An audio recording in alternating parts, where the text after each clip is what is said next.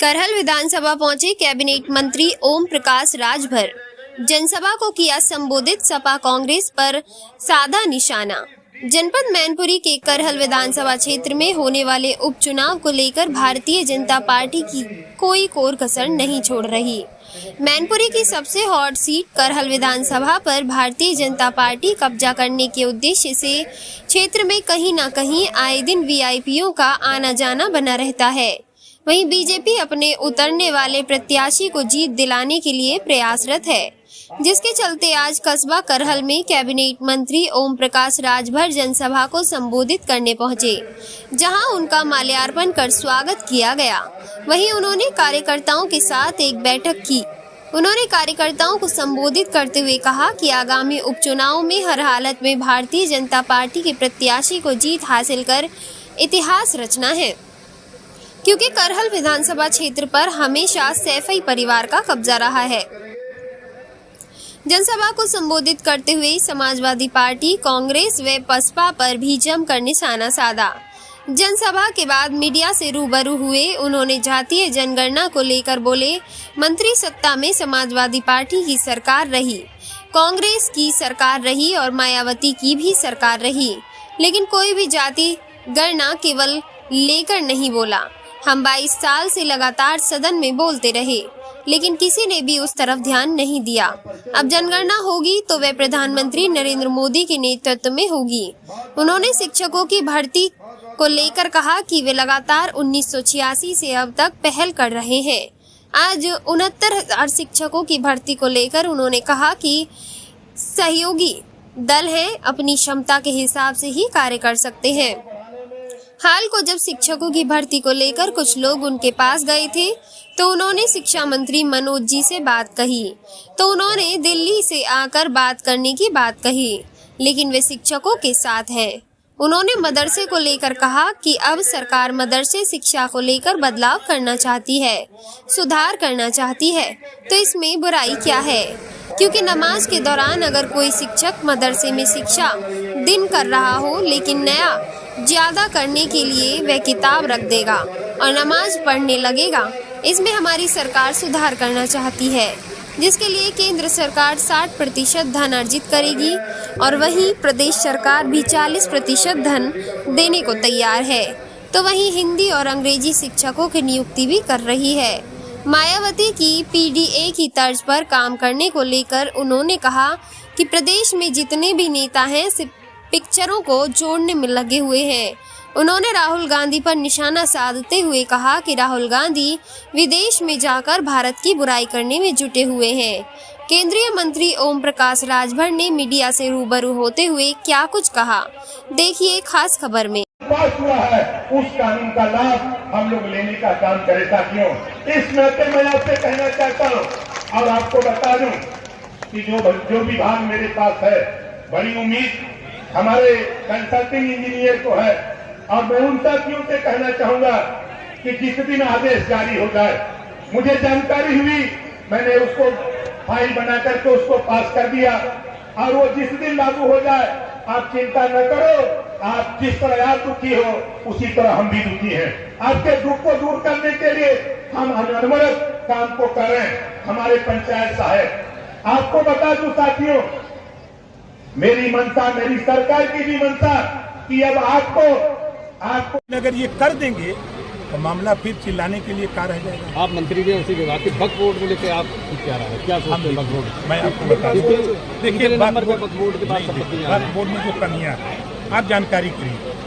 वक्फ board की जो नियमावली है, अगर वो कह दें कि ये रिसोर्ट हमारा है, वक्फ बोर्ड कह दे तो डीएम के यहाँ जाकर के एप्लीकेशन लेकर खाली करा दे, ऐसा नियम है। तो सरकार ये चाहती है कि अगर वो ये कहें कि ये रिसोर्ट हमारा है, अगर वो डीएम के एप्लीकेशन देते हैं तो डीएम उसकी जांच करेगा कि वास्तव में इनका है कि नहीं है, कागज देख ले, तब उसके बाद उस पर कार्रवाई हो। तो आखिर कौन सा असीमित अधिकार दिया किसने? कांग्रेस ने दिया, कांग्रेस ने दिया है, ये बीजेपी ने नहीं दिया है। ये कानून कांग्रेस के जमाने का है, हम लोग नहीं कानून, हम तो संशोधन चाहते हैं।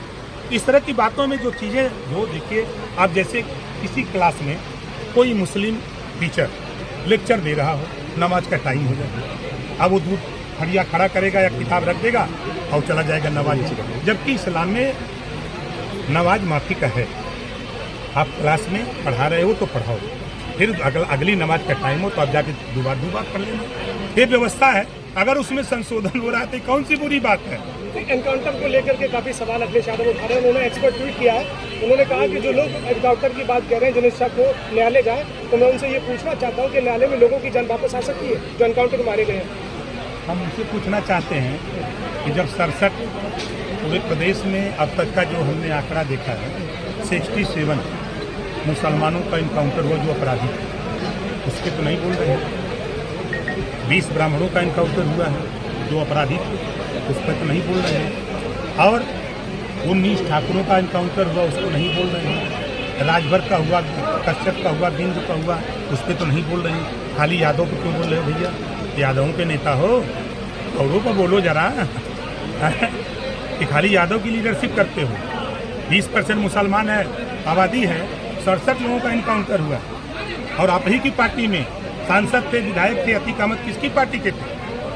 अगर कहा जाए, इससे पहले सीएम योगी की, डिप्टी सीएम ब्रजेश पाठक की और तीसरी आपकी जनसभा हुई है। क्या ये जो उपचुनाव होने जा रहा है इसी की तैयारी है? बताओ, हम नया आए हैं, आप ही लोग बताओ। हम रूटीन में कार्यक्रम करते हैं। अब हमारा कार्यक्रम पश्चिम में है, गाजियाबाद का कार्यक्रम करेंगे, क्योंकि हम अपनी पार्टी को ग्रोथ में ले जा रहे हैं।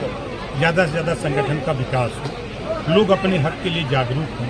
जैसे आप लोग ही, हमको अंदाज़ है कि आप लोग अपने जीवन में दर्जनों नेता बना दिए होंगे दिल्ली लखनऊ के, लेकिन पत्रकार आयोग की गठन की बात तो कोई नहीं करता है। अगर ये करता है तो प्रकाश राजभर। अच्छा, अभी महिला आयोग में जो चुनाव हुआ उसको लेके अपर्णा यादव कुछ ना कुछ जो उपाध्यक्ष का पद मिला। देखिए, आपको बता दें कि माइक गिर गया, माइक 403 विधानसभा की सीटें हैं और लड़ने वाले कम से कम नहीं कुछ यहाँ से देंगे टिकट, लेकिन नाराजगी थी कुछ उनकी। स्वाभाविक है। देखिए, कोई आदमी चाहता है कि लड़के, भाई किसान जिस तरह खेत में लड़ करके अच्छी फसल लेना चाहता है, उसी तरह हर नेता सोचता है कि हमको अच्छा पद दिया। वो भी लड़ता है, उसका अधिकार है लड़ना, अपनी पार्टी में अपने नेता से लड़ना उसका अधिकार। मंत्री जी एनडीए का हिस्सा है, बहरहाल में कोई प्रत्याशी अभी तक नहीं आया आपको? भैया मेरे, हम प्रत्याशी नहीं थे। मंत्री जी हम अपनी पार्टी, हाँ बिल्कुल। आपके कार्यक्रम में सभी वीडियो और सेक्रेटरी को बसें लाने के लिए, भीड़ इकट्ठी करने के लिए एक पत्र जारी किया गया है।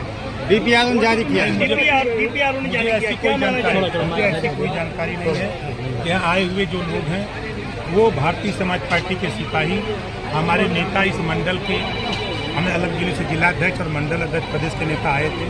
वो गांव-गांव जाकर के खुद जो है चौपाल लगा कर प्रत्येक सचिव को 4-4 बसें लाने का टारगेट नहीं, पत्र जारी किया है, जारी हो रहा है वो आपका जो ये हम नहीं जानते, हमको नहीं पता भैया, हम ऐसा नहीं करते, हम अपने मन से हम स्वतंत्र। अच्छा मंत्री जी, एक सवाल हो रहा है। सरकार है उसके बाद भी बीजेपी कहती है कि महिलाएं सुरक्षित। कासगंज में अधिवक्ता की दुर्दम हत्या, इतनी बुरी घटना के बाद अभी तक कोई कार्रवाई नहीं। मैं अच्छा ही बताओ, कोई नई घटना है? आप बताओ, आज़ादी के बाद से आप एक नई घटना बता रहे हो। आप ईमानदारी से बताओ, आज योगी जी की सरकार 7.5 साल लगभग पूरा कर रही है। आप बताओ कि दंगा रुका कि नहीं रुका? पहला चीज़, कर्फ्यू कहीं बताओ रुका कि नहीं रुका? आज सब लोग उससे आज़ाद हैं ना। आज प्रयास हर सरकार कहती है कि हम बेहतर व्यवस्था दें, उसमें योगी जी के नेतृत्व में हम सब लोग लगे हैं। हम भैया सहयोगी दल के हैं, भारतीय जनता पार्टी में हमारा गठबंधन है एनडीए में, हम वहाँ हैं। हमसे जितनी मदद होगी उतना हम गरीब, कमजोर, पिछड़े दलित। मंत्री जी, आखिरी सवाल आपसे। हिमाचल प्रदेश के शिमला में एक मस्जिद को लेकर काफी बवाल मचा हुआ है। अरे यूपी की बात करो। नहीं, मंत्री जी एक सवाल कांग्रेस के मंत्री ने भी विरोध किया उसका, तो कांग्रेस का करे विरोध है ना करे के बाद। अच्छा मंत्री जी, डिम्पल जी ने कल करेल में आई थी, उन्होंने एक बयान दिया था कि भाजपा जो है जाति विशेष को देखकर बुलडोजर चला रही है, एनकाउंटर कर रही है, क्या कहेंगे इसको लेकर? अगर इस पे कहा जाए तो जब समाजवादी पार्टी की सरकार थी तो 27% का आरक्षण थोड़ा क्या जाति देख करके नहीं दिया गया है? आप समाजवादी से पूछिएगा, यहाँ आए हुए चाहे कश्यप हो, चाहे साक्य सैनी माली हो, चाहे बिंद के वट मल्ला हो, चाहे राजभर चौहान हो, जो वत पिछड़ी जाती है, नाई, गोंड, कुम्हार, लोहार है, क्या जाति देख करके भर्ती नहीं हुई पुलिस में, लेखपाल में, ग्राम सेवक में? उंगली उठाने से पहले अपने गृहबान में तो झांक के देखो कि मैंने सरकार चलाई तो क्या किया है, क्या पिछड़ों को हक देने का। मंत्री जी आपके कार्यक्रम में पोस्टर